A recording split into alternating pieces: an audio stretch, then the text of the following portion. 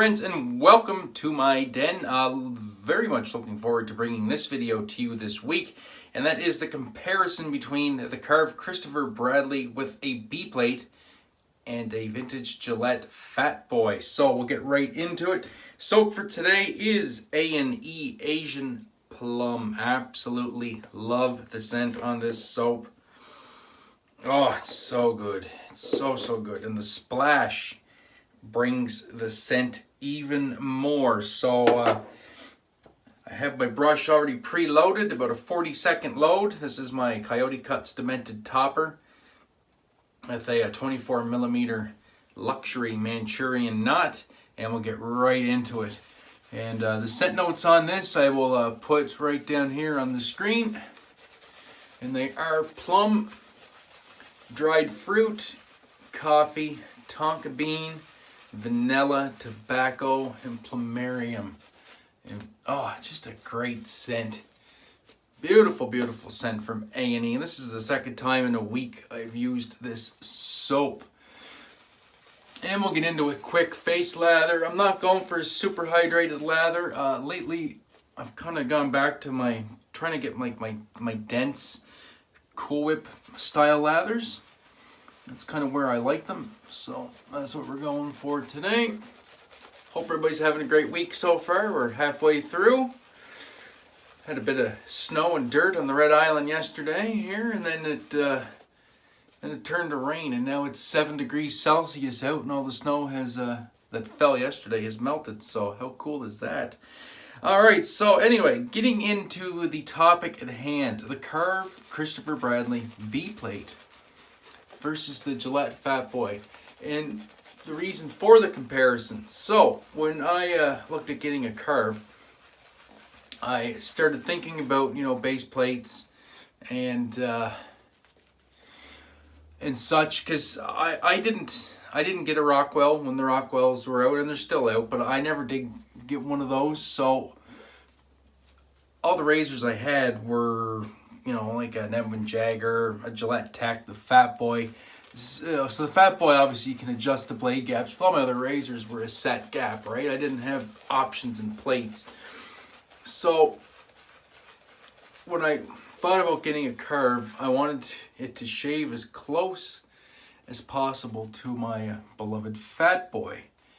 And so I started researching the plates and the gaps, and I found a great resource online at Above the Tie. And what that is, it's geared towards Above the Tie, but it has the blade gaps of different razors compared to Above the Tie razors, but it also gives the blade gaps. So in my my research, and with this chart, it showed that a Gillette Fat Boy on setting 4, which is right where I like to set mine, would be right in the wheelhouse of a Karve B-plate. So that's why I bought the Karve B-plate right off the bat. Now, with one caveat, that's only going to ballpark it, because that chart doesn't really take into consideration things like negative, neutral, and positive blade exposure. It's just going solely off the blade gaps. But it is a good resource. It'll definitely get you in the ballpark. And even now, the chart has been updated, which includes the Karves. So there is a link to the chart in the description down below. And so when you go to it and just scroll down through the chart, you'll see on column 29, it shows the Karve Christopher Bradley B-plate and the Gillette Fat Boy. So pretty good tool, because there's lots of other razors that are mentioned in there. I think Timelesses are mentioned, and their blade gaps, and Wolfman's and stuff like that. So it's a good way to ballpark if you really want to do some research on a razor, and you're like, geez, I wonder if razor A stacks up to razor B. You can use this chart from Above the Tie to ballpark it and get you in the range, say, just like this experiment right here. So we'll get started. We're gonna start off with the Gillette Fat Boy. This is a 1960 Gillette Fat Boy, an F1, brand new Astra SP or Superior Platinum, the green box in here, and it's on setting 4. Absolutely love this little beauty. All brass construction, nickel plated. I had this redone. So we'll get going on the first pass. So with the grain, right side of the face. Less than 24 hours of growth. And oh yeah, that's smooth. Very smooth. I absolutely love my Fat Boy. And I'm really liking the Astras again. I've really fallen in love with these blades again. That's very nice. Nice, smooth, effortless. So now we'll switch up to the Karve. I'm going with the original Karve, all brass construction. A little bit heavier because it is, plus got a longer handle, 4-inch handle, the B plate. So blade gaps, I should mention, this is 0.73 millimeters. Neutral blade exposure. I'm not quite sure the blade exposure on the Fat Boy. It feels like it's probably neutral. I don't get much blade feel off the Fat Boy, which leads me to believe it's not sticking out of that angle, or out of that plane of the top cap and the bottom cap. And so here we go. Left side Karve B plate, same blade, first use Astra SP. And yeah, that's super smooth too. Super smooth, next to no blade feel on the face. Just a super easy glide. Right that top cap just a little bit. Beautiful. Aside from a slight weight difference,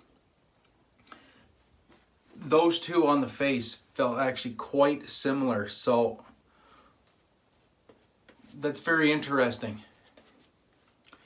And they should feel similar, because that's what my research when I was looking into getting a Karve led me to believe, is they should feel somewhat the same on the face and provide the somewhat same level of shave. And I know some of you are probably asking, well, if they're that similar, you just had it made with the Fat Boy. And that's true. I did have it made with the Fat Boy, but we all like to collect things, and who doesn't want to have a Karve in the collection, and a Fat Boy or a Slim or a Wolfman or a you name it. Once again, with the Fat Boy, we're going to go across the grain. Luckily, my grain kind of grows very similar on both sides of the face, which makes A being actually quite simple. And yeah, that feels great. That's my trouble area right there, right on that jawline. No blade feel there, just removing those whiskers. Now go on the angle.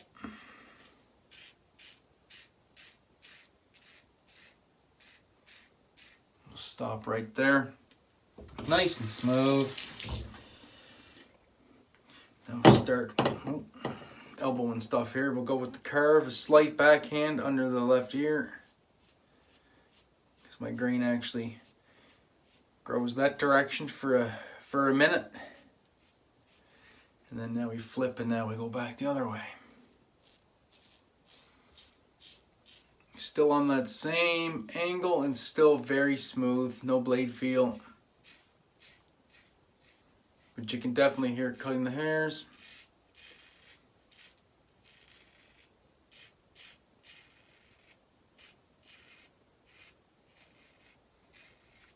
Great performance out of this soap too. Buffing, as you can see, is not an issue.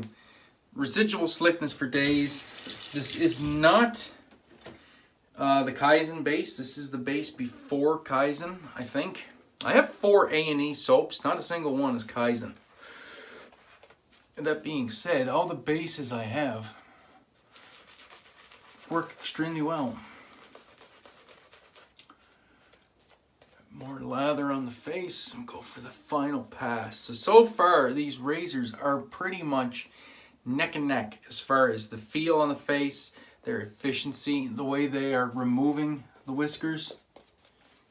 So I'm quite impressed, actually. And that really solidifies my purchase decision too, because like I said, it's nice to have options. And then, you know, with the Fat Boy, it's adjustable. I can jack up the, you know, the efficiency if I do so desire, or just leave it as is. So now we'll go on the angle in the other direction.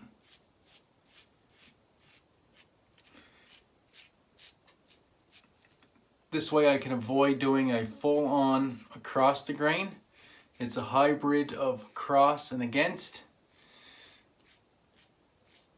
And it's a lot more comfortable. Especially right here. Right here is my trouble area. If I'm going to get irritation trying to do against the grain, it's right in here and right in this area right there. So if I can do that hybrid pass, then it gets about 99% of the stubble, and I get 0% of the irritation. And at the end of the day, that's what we are going for. Am I right? Just a nice, effortless, smooth shave. And get right here in the jawline.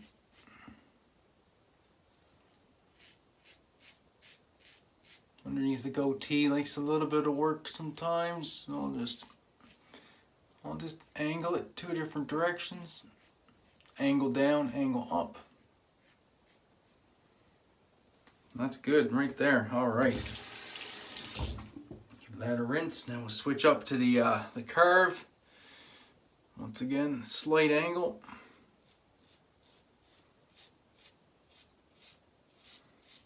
Now I can switch and go straight up, and that feels great. Aside from the slight weight difference, these actually feel very similar on the face. Isn't that something?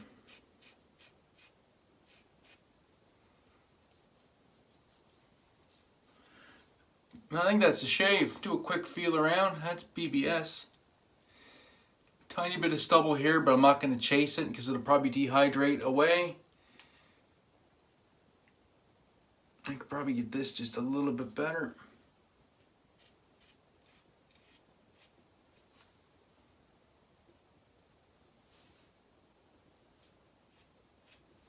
Yeah, very nice. We'll roll with that. We will roll with that. Now I'll put these to the side. Go in for the quick cold water rinse. Always cold water at the end of the shave for me.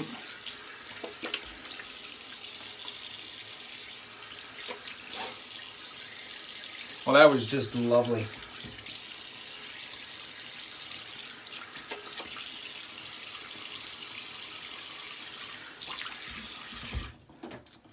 Absolutely lovely. That's one of those shaves that it's one of those shaves that keeps you coming back for more, if you know what I'm saying. And it makes you really excited for the next day as well to, you know, try and replicate that. And I'm really having fun with the daily shaves, actually. I really am. I look forward to them. Before, for a while there, I was just, you know, I wasn't looking forward to my daily shaves, and I was just putting them off. But now I really look forward to it. I look forward to that bit of me time in the den. And we're going to go with the matching splash to finish that off. This stuff smells ungodly good. As good as the soap itself smells, soaps aren't always going to be the true representation of a scent. You're going to get the true because there's stuff like, you know, in the soap base that will affect the scent of the soap, or the soap itself. It will affect the scent of the fragrance, I should say. But the splash is the true representation of what the artisan was looking for with that soap. If it's a dead matching splash, not a complementary splash. And this is unreal. I get that plum and I get the vanilla. So it's sweet, but then I get a little bit of that tobacco in there. And that tonka bean. Maybe just a whiff of coffee. Incredible. Absolutely incredible. All right, guys. Well, that was the shave for today. Hopefully you found some of that interesting. I know I certainly did. The the comparison, the AB turned out really well. That was actually remarkable how close they were. So once again, the link for that chart is in the description box down below. Hopefully, you know, if you can take that link, save it to your phone or your computer, your iPad, or your whatever inter-Google device that you have, and hopefully that will help you if you're looking at making an informed purchase on a safety razor, instead of just taking a flyer and just, you know, seeing something you want and you're just like, okay, boom, I'm gonna buy that. Now you will have a reference chart that you can kind of A/B them, you know, at least by blade gap. And especially if you have a razor in your collection like I did, like the Fat Boy, it's like, okay, I love the Fat Boy on setting number 4. Oh, what's the blade gap? 0.74, 0.73. I want to get a Karve. What's a comparable plate in that ballpark? Oh shit, B plate 0.73. Boom, Bob's your uncle. So thank you very much for tuning in. Do appreciate it. Thank you to the brand new subscribers. We picked up a couple overnight. Welcome to the channel. Welcome to the family here at the Red Island Shaver. I do appreciate the support. And that's it for me. So until the weekend, I hope you all have a great rest of the week. Be safe, be kind to one another. Most importantly, have a great day and better shave. We'll catch you in the next one. Peace. And I love yous.